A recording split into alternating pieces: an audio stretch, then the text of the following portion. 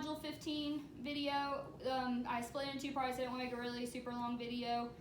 So part 1 is going to be ranges of motion, neurological assessment, bony landmarks, soft tissue, and the functional and sport-specific tasks. So for active range of motion, we're doing wrist flexion, extension, radial, and ulnar deviation. So the fulcrum is going to be over the styloid process of the wrist. The stationary arm is going to be going down the shaft of the ulna, and the movable arm is going to be up the 5th metacarpal and 5th phalange or the pinky. So we're going to do flexion, so flex, and that's about 90 degrees. Go back to neutral, extend. That's about 85 degrees. We're going to do ulnar and radial deviation. So the fulcrum is going to be at the base of the 5th metacarpal or the capitate.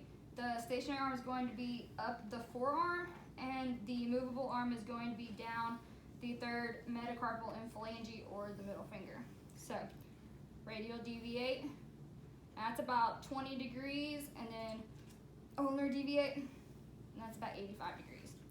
So we're going to do passive range of motion. We're going to do the same motion, so I'm going to do it lax. So we're going to flex, extend, radial deviate, and ulnar deviate. So now we're going to do resisted range of motion. So we're going to start with the wrist. We're going to do the same 4 motions. So flex, extend,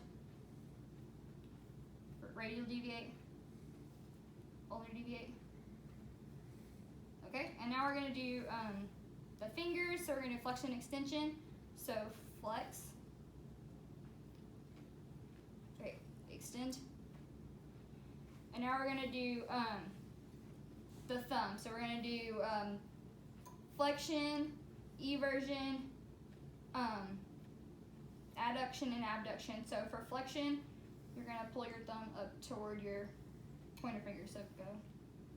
Okay, for extension, you're going to go back to where your nail is. Go out. For abduction, I want you to pull your thumb to your palm. Wait a minute. Okay, go. And then abduction. Okay.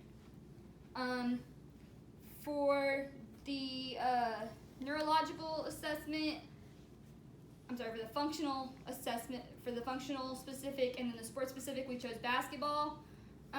So for functional, you could take some of the putty and just move it around in your fingers. The denseness would determine how hard it is. And then for sport specific, shooting free throws, just making sure that they can just shoot regularly without any pain. So for the neurological, we're going to do dermatomes first. So can I have the pencil, please? Thank you. So sit with your arms like this.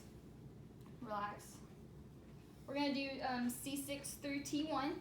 So I need you to close your eyes. Okay.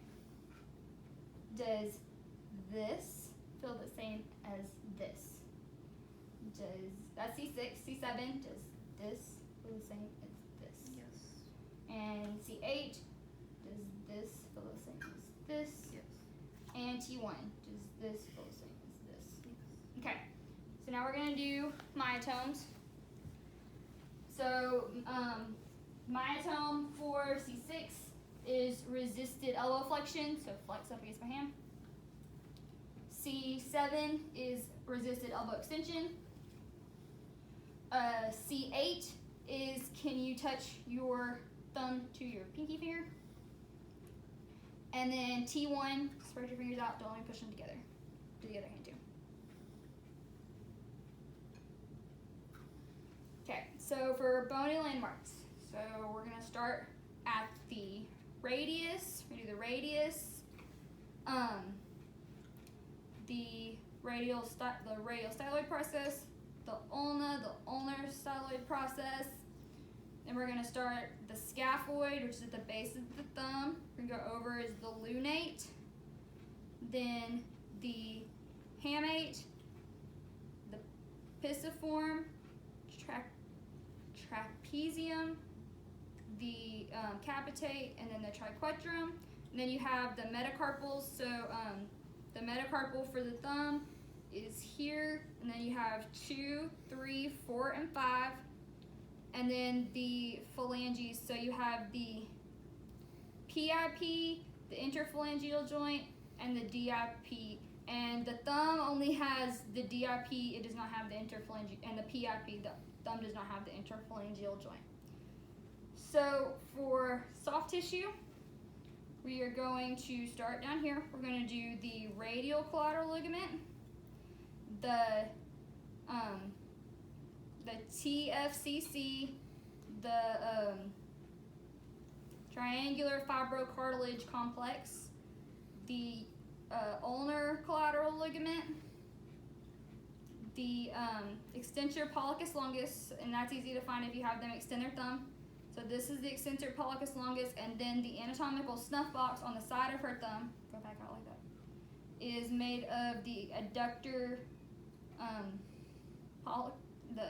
pollicis longus and the extensor pollicis brevis. And then you have the thenar eminence and the hypothenar eminence, the thenar web space, and then you have the collateral ligaments on either side of the joints in the phalanges. And that's going to be it for the first video. We'll have part 2 doing